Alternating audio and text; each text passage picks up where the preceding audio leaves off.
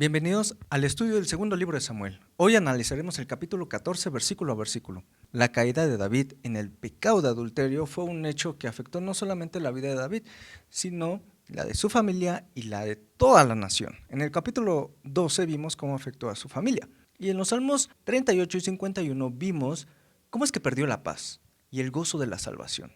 En el capítulo 13 vimos el deterioro moral y los conflictos que había en su familia.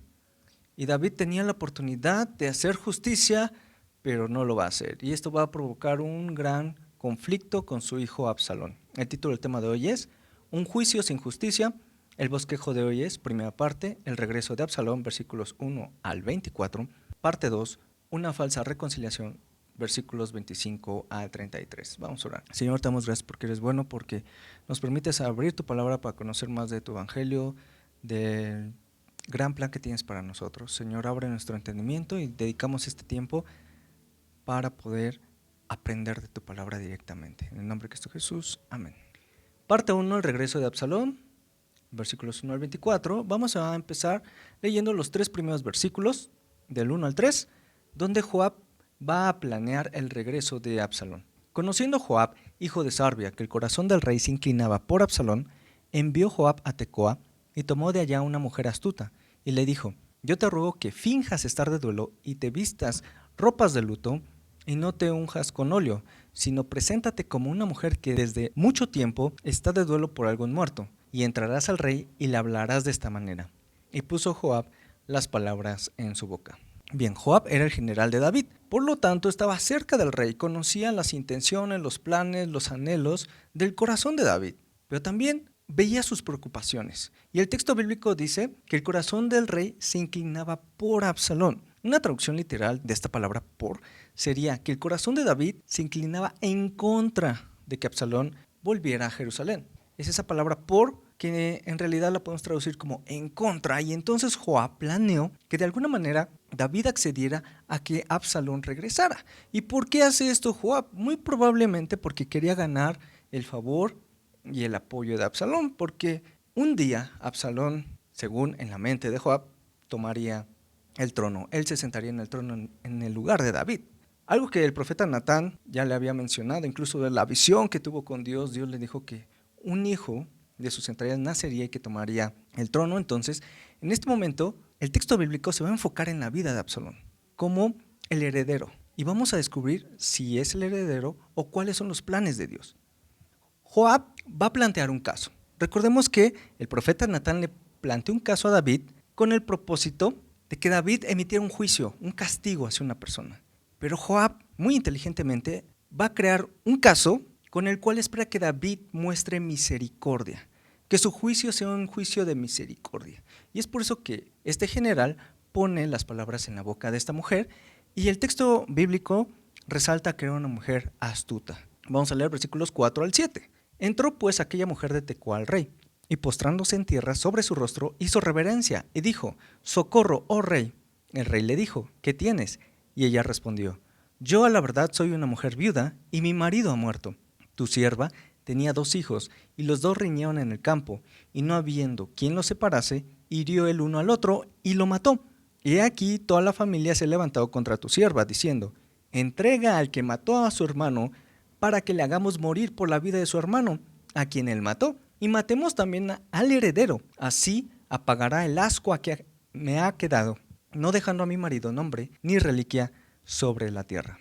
En el antiguo Israel, cuando una persona sentía que los jueces locales no trataban los asuntos con justicia, tenían acceso al rey. Y esta mujer fingió ser una viuda cuyo único hijo era demandado por la familia por haber matado a su hermano en una pelea.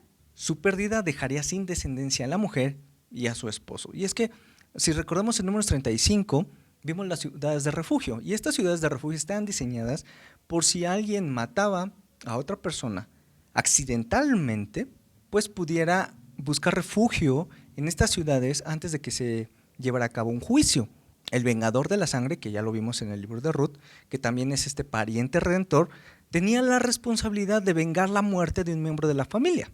Lo justo sería que David entregara al hijo de esta mujer al vengador de la sangre. Sin embargo, la mujer está demandando protección por la vida de su hijo porque es su único heredero. Su marido ha muerto y expresa el deseo de que la venganza no se impusiera sobre la misericordia. Y entonces David, al escuchar este caso, va a dar un veredicto. Versículos 8 al 11. Entonces el rey dijo a la mujer: vete a tu casa y yo daré órdenes con respecto a ti. Y la mujer de Tecoa dijo al rey: Rey, señor mío, la maldad sea sobre mí y sobre la casa de mi padre, mas el rey y su trono sean sin culpa. Y el rey dijo: al que hablare contra ti, tráelo a mí y no te tocará más. Dijo ella entonces: te ruego, oh rey, que te acuerdes de Jehová tu Dios, para que el vengador de la sangre no aumente el daño, y no destruya a mi hijo. Y él respondió: vive Jehová, que no caerá ni un cabello de la cabeza de tu hijo en tierra. La mujer le pide a David que no haga justicia.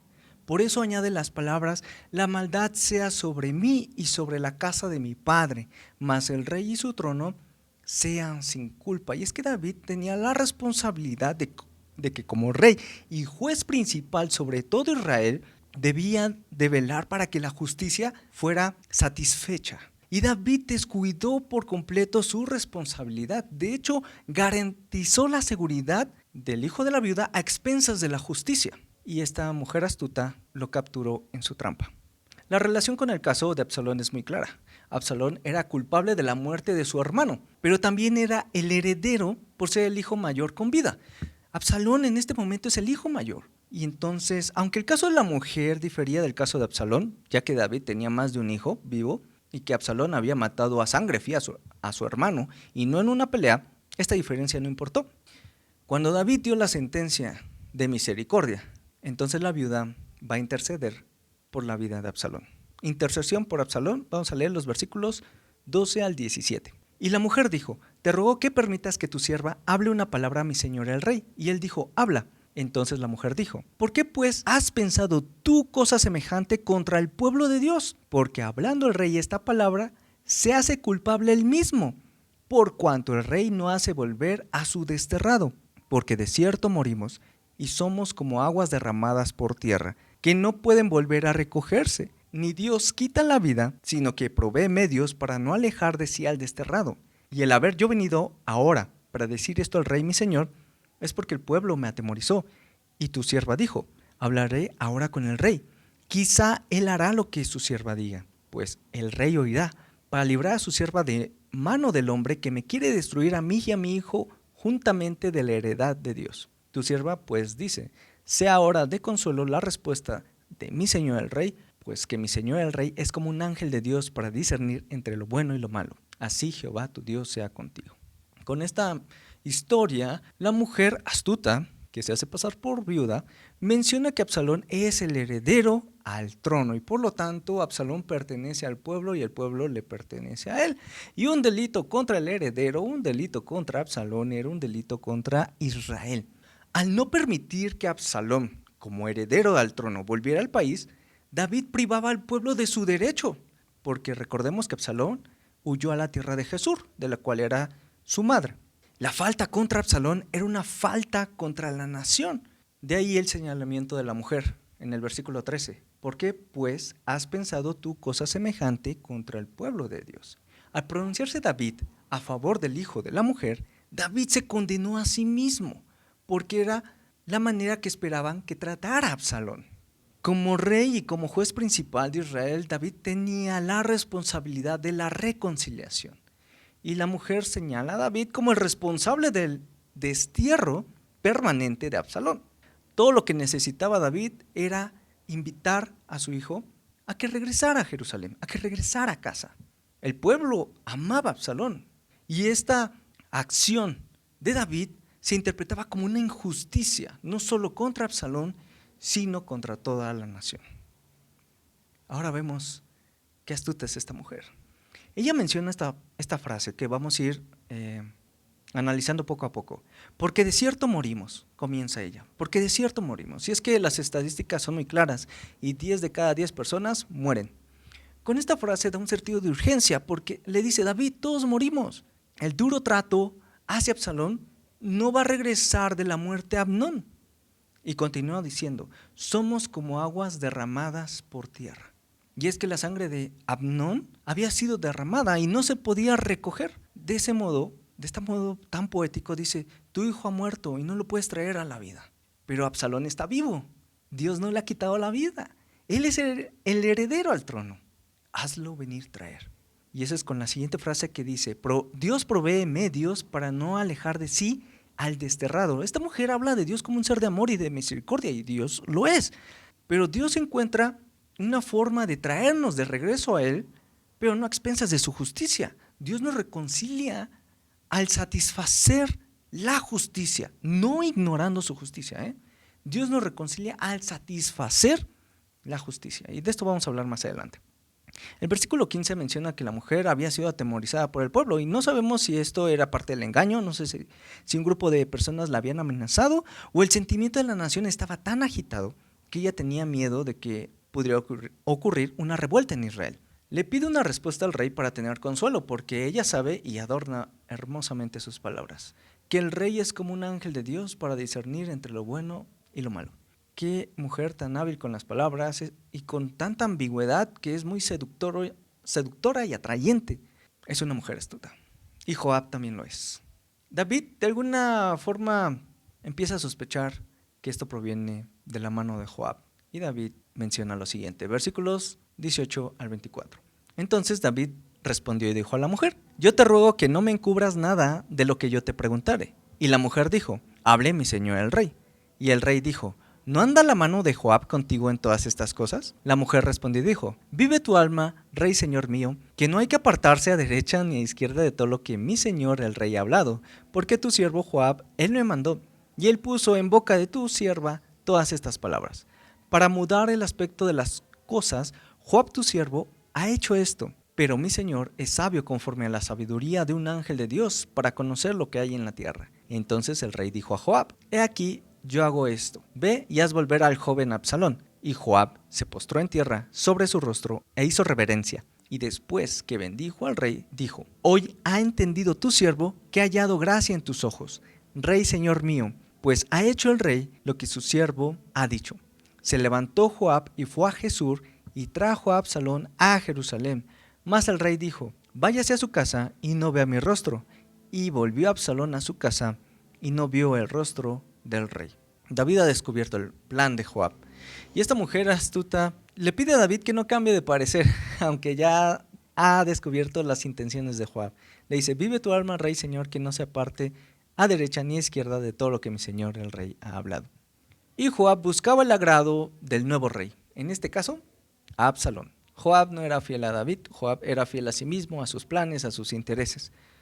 Por otro lado, David había sido demasiado indulgente con sus hijos en el pasado, cuando se enojó con Amnón por lo que le había hecho a su hermana, pero David no hizo nada, simplemente se enojó. Posteriormente Absalón cobró la venganza. Ahora David es demasiado duro con Absalón, negándose verlo cara a cara. Después de que lo había exiliado en Jesús por 3 años, no ve su rostro. Y es que cuando los padres no disciplinan a sus hijos adecuadamente desde un principio, pues tienden a tratar con mano dura las malas acciones de sus hijos, y esto a menudo provoca ira en los hijos y empeora aún más la relación entre padre e hijo. Y eso es lo que va a pasar. Segunda parte, una falsa reconciliación, versículos 25 al 33. Vamos a leer los versículos 25 al 28 en primer lugar, porque se nos van a mencionar las cualidades de Absalón. ¿Por qué era tan querido en el pueblo? Y no había en todo Israel ninguno tan alabado por su hermosura como Absalón. Desde la planta de su pie hasta su coronilla, no había en él defecto. Cuando se cortaba el cabello, lo cual hacía al fin de cada año, pues le causaba molestia y por eso se lo cortaba, pesaba el cabello de su cabeza 200 siclos de peso real. Y le nacieron a Absalón 3 hijos y una hija que se llamó Tamar, la cual era mujer de hermoso semblante. Y estuvo Absalón por espacio de 2 años en Jerusalén y no vio el rostro del rey. Bien, Absalón tenía varias cualidades que lo destacaban ante la gente. Era un hombre de una belleza incomparable y se menciona su estado como un símbolo de fuerza, el cual llegaba a pesar 2.5 kilogramos. ¿A quién te recuerda cuando leímos esta descripción? ¿Te recuerda a alguien la descripción de Absalón? ¿No recuerda al rey Saúl, que también era muy atractivo, era muy alto y que sobrepasaba a todos los hombres? En 1 Samuel 9:2 leímos. Y que el pueblo, cuando lo vio, dijeron: este es nuestro rey, él es el escogido. Absalón también era un hombre de profundos sentimientos y muy empático, porque conmemoró a su agraviada hermana al llamar a su hija con su nombre. Y durante estos 2 años podemos imaginarnos la amargura de Absalón contra David. Ya son muchos años en los cuales Absalón y David tienen estas peleas. Y el asesinato de Amnón no había sido olvidado por David.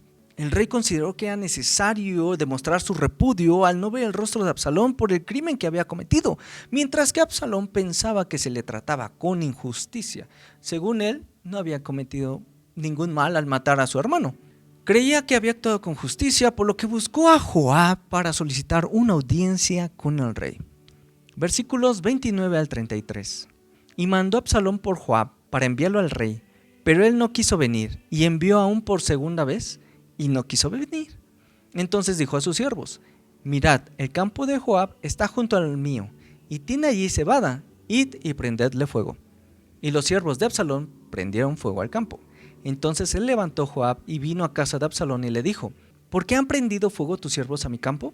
Y Absalón respondió a Joab: he aquí, yo he enviado por ti, diciendo que vinieses acá, con el fin de enviarte al rey para decirle: ¿para qué vine de Jesús? Mejor me fuera estar aún allá. Vea yo ahora el rostro del rey, y si hay en mí pecado, máteme. Vino pues Joab al rey y se lo hizo saber. Entonces llamó a Absalón, el cual vino al rey e inclinó su rostro a tierra delante del rey, y el rey besó a Absalón. Absalón trató a Joab como un siervo. Lo mandó llamar como un sirviente, frustrado por tantos años de no ver a su padre, y que Joab no le respondía. Entonces Absalón mandó quemar los campos de Joab para llamar su atención.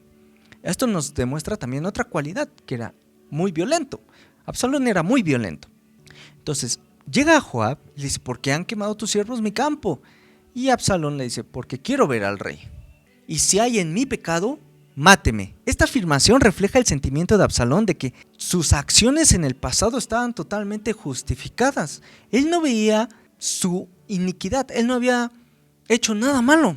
A los ojos del pueblo, David era severo con su trato hacia su hijo, y la gente sentía cada vez más afecto hacia Absalón.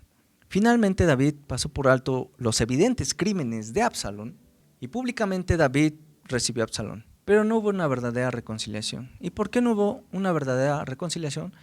Porque no se aplicó la justicia. Aplicación. Vimos un juicio sin justicia. David dio un perdón sin satisfacer la justicia que pedía la ley. El perdón de David para Absalón era totalmente insuficiente.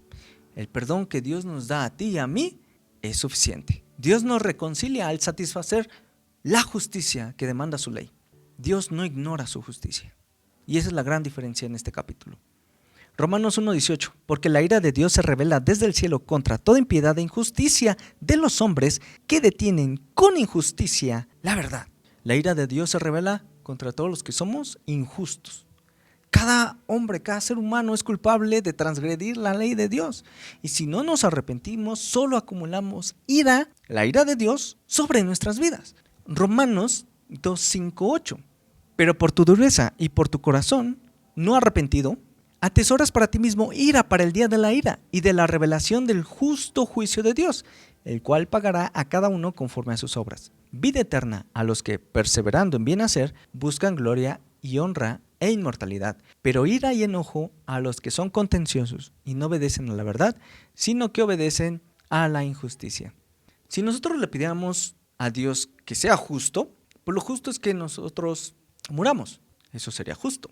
Entonces, ¿cómo es que Dios puede reconciliar al hombre sin ignorar su justicia? ¿Cómo puede un Dios justo perdonar a un pecador culpable y el pecador ser declarado justo? Bueno, Cristo es la respuesta. Romanos 5:8. Mas Dios muestra su amor para con nosotros en que, siendo aún pecadores, Cristo murió por nosotros. Isaías 53:6, versión NTV. Hemos dejado los caminos de Dios para seguir los nuestros. Sin embargo, el Señor puso sobre él los pecados de todos nosotros. Y es que Cristo sufrió por ti y por mí. Es lo que nos dice el apóstol Pedro. En 1 Pedro 3:18, nueva traducción viviente, Cristo sufrió por nuestros pecados una sola vez y para siempre. Él nunca pecó. En cambio, murió por los pecadores para llevarlos a salvo con Dios. Sufrió la muerte física, pero volvió a la vida en el Espíritu. Y el apóstol Pablo también habla sobre lo que Dios hizo en la cruz del Calvario. 2 Corintios 5:21, nueva traducción viviente, pues Dios hizo que Cristo, quien nunca pecó, fuera la ofrenda por nuestro pecado, para que nosotros pudiéramos estar en una relación correcta con Dios por medio de Cristo. Cristo recibió la ira de Dios, la que tú y yo merecemos. Cristo murió la muerte que tú y yo merecemos y nos ha dado la vida que Él merecía. De esta manera, la justicia de Dios queda satisfecha. Por eso Dios puede perdonar al pecador, porque Cristo ha pagado el precio. Termino con Romanos 3:21 al 26, nueva traducción viviente. Pero ahora, tal como se prometió tiempo atrás en los escritos de Moisés y de los profetas, Dios nos ha mostrado cómo podemos ser justos ante Él sin cumplir con las exigencias de la ley. Dios nos hace justos a sus ojos cuando ponemos nuestra fe en Jesucristo. Y eso es verdad para todo el que cree, sea quien fuere, pues todos hemos pecado. Nadie puede alcanzar la meta gloriosa establecida por Dios. Sin embargo, en su gracia, Dios gratuitamente nos hace justos a sus ojos por medio de Cristo Jesús, quien nos liberó del castigo de nuestros pecados. Pues Dios ofreció a Jesús como el sacrificio por el pecado. Las personas son declaradas justas a los ojos de Dios cuando creen que Jesús sacrificó su vida al derramar su sangre. Ese sacrificio muestra que Dios actuó con justicia cuando se contuvo y no castigó a los que pecaron en el pasado, porque miraba hacia el futuro y de ese modo los incluiría en lo que llevaría a cabo en el tiempo presente. Dios hizo todo eso para demostrar su justicia, porque Él mismo es justo e imparcial, y a los pecadores los hace justos a sus ojos cuando creen en Cristo Jesús. Vamos a orar. Te damos gracias por tu misericordia, por el pago que hiciste en la cruz, porque siendo pecadores, Señor, tú moriste por nosotros. Gracias, Señor, por este glorioso intercambio, Señor, en el cual podemos gozarnos y alegrarnos y alabarte, Señor. Te damos gloria y alabanza por ello. Ayúdanos a entender cada día este mensaje del Evangelio, cada día sea parte de nuestras vidas, para que podamos ser más como tú, Señor, y predicar tu Evangelio conforme a tu plan. En el nombre de Cristo Jesús. Amén.